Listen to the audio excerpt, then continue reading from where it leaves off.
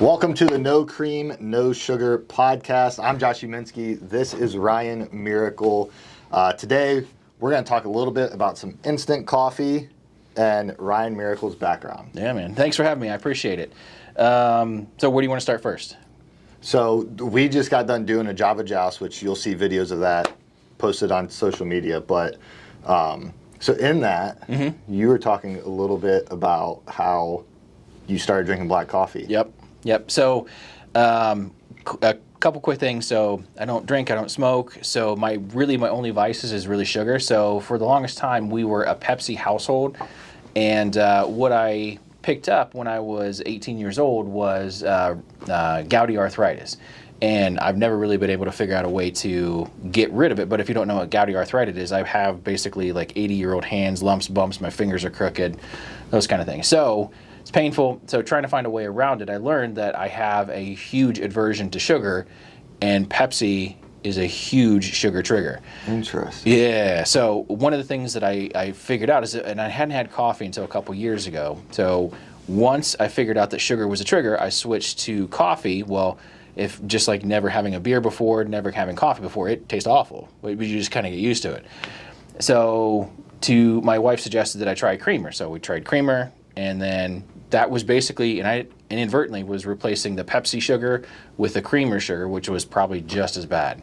So I cut out creamer here recently, and I've been drinking black coffee for about a year now. Okay. And now at this point, I don't think I can go away from black coffee. So no more soda, just black coffee. And I'm not much of a coffee aficionado. I was telling Josh the other day that I can drink the stuff out of the catch basin that spills over the cup. So I am not a highbrow coffee person. Okay. So black coffee as well, but mine started, so my wife got me a Keurig, probably maybe 10 years ago now, 11 years ago, and I bought one of those trial packs, right?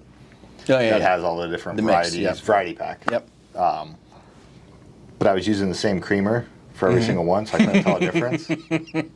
So I was like, why am I using, this creamer for the same stuff? So I just tried them all individually black, and that stuck. So I've been drinking black coffee for 10 years now. And it just makes it so much easier just to go get a coffee, no frills. You don't have to worry about the mocha, choca, latte, whatever. Just give me a tall black. It does. And you can actually, when you get a really good cup of coffee, you know when it's a really good cup of coffee versus being all creamed out and everything. Yeah, man. That's good. So, Good. Cool. So your story about the arthritis and everything.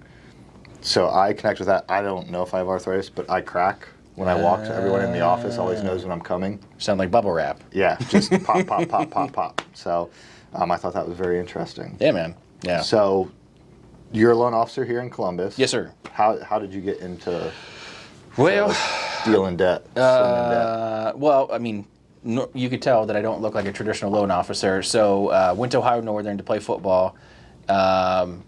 Studied graphic design, public relations, broadcasting, and then didn't realize until after I got out of school how little they make for how long that's going to take. So I was going to be getting people's coffee for a long, long time. No coincidence intended. So got out of school, got married, and then picked up a furniture selling job right out of school just to pay the bills, help my wife out. Right across the street, and now this is a long time ago, and this will age me, Dominion Homes had a community right across the street from my furniture store. So happenstance that the salesperson for that community came in just to waste time before her shift started. Well, about 2 weeks later, I started working at Dominion Homes as an assistant, worked through the downturn of 08 and 10, got laid off, and then jumped over to the mortgage side as a couple of my Dominion salespeople that I was working with went over to a large national mortgage lender to work in a call center. So the people that I worked with at Dominion that also got laid off were went to this call center, so we just kind of stayed together.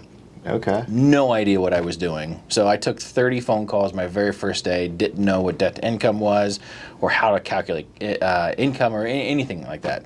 So I took 30 phone calls that first day and got tired of that, moved over to the broker side, which is where I'm at now, and then just have been doing loans one at a time since then. So at this point in my career, I'm up to like 3,500 loans done. I'm approaching $1 billion closed volume, and kind of recently discovered kind of who I was again. Okay. I ditched the suits, I ditched the ties, I ditched the loafers, and then just started being me. And then oddly enough, the business connections really started jiving in. I mean, what I'm finding is like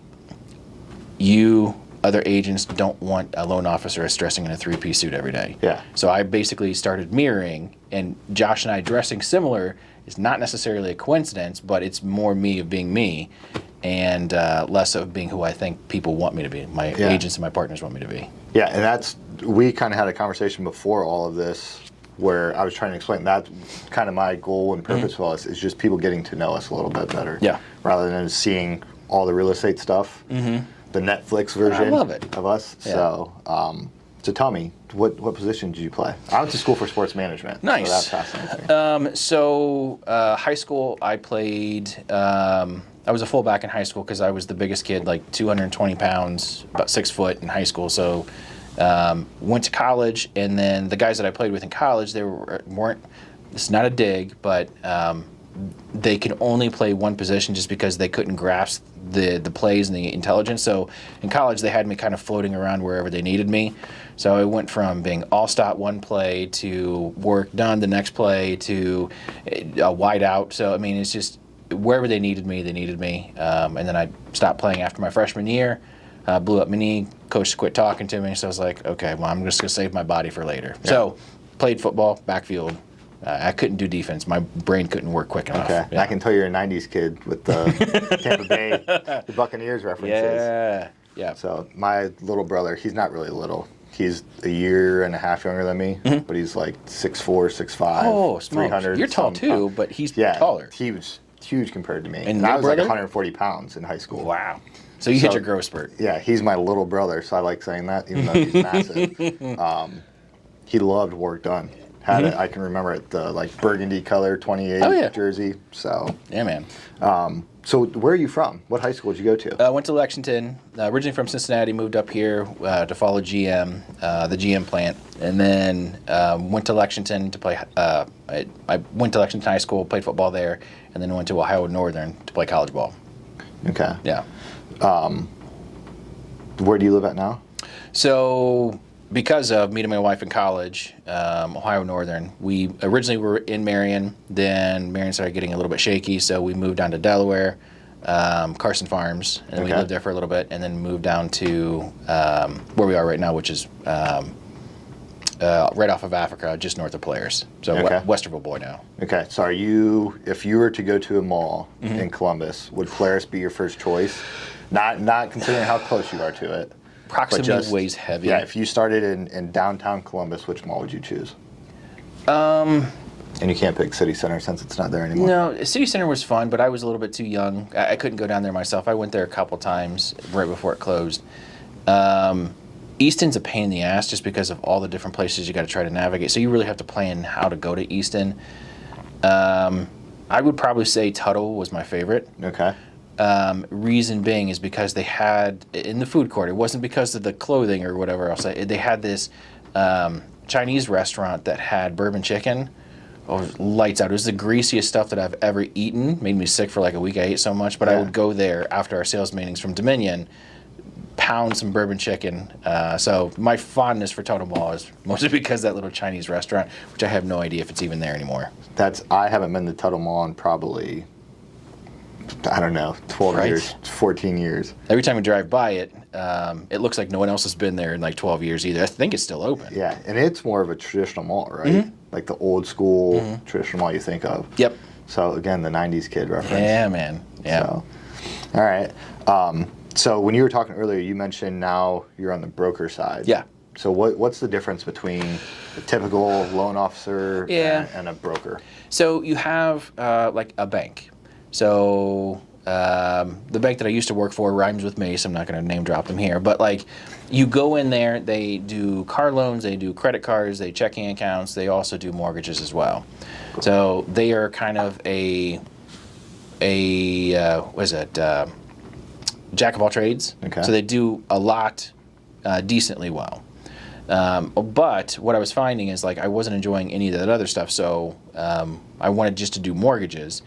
So speaking from efficiency, like I had to sell less and I get paid more per unit, but it takes longer to get these things done. Anyway, so on the broker side, to answer your question, a lot of it has to do with like I'm doing the shopping for you. So like someone is needing to get pre-approved, one of your clients needing to get pre-approved, they would go through the process of shopping this bank, that bank, this credit union, those kind of things. Well, I do that stuff for you. So I work with like 15 different institutions, and then what I look for typically first is, okay, is the product going to be a fit?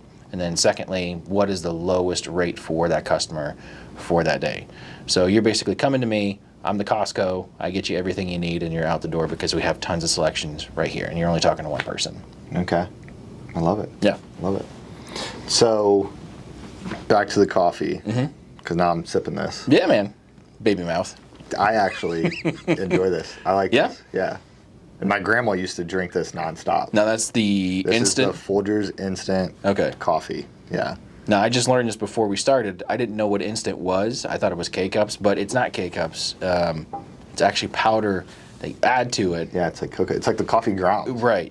Which, I mean, are you tasting the dirt? No. So no chunky coffee? No, and I'm as I'm sitting here, I'm wondering if I enjoy it because it's what I drank at my grandma's house, and maybe it's triggering like a memory. Yeah. So that could be, but cool. So, you want to do more of these? Yeah, absolutely. Yeah, man. Sign me up. All right. So we're going to be doing these every so often. We'll be talking about Columbus in general. Make sure you hit the like, subscribe, listen to wherever podcasts are, and we'll catch you on the next one. Peace.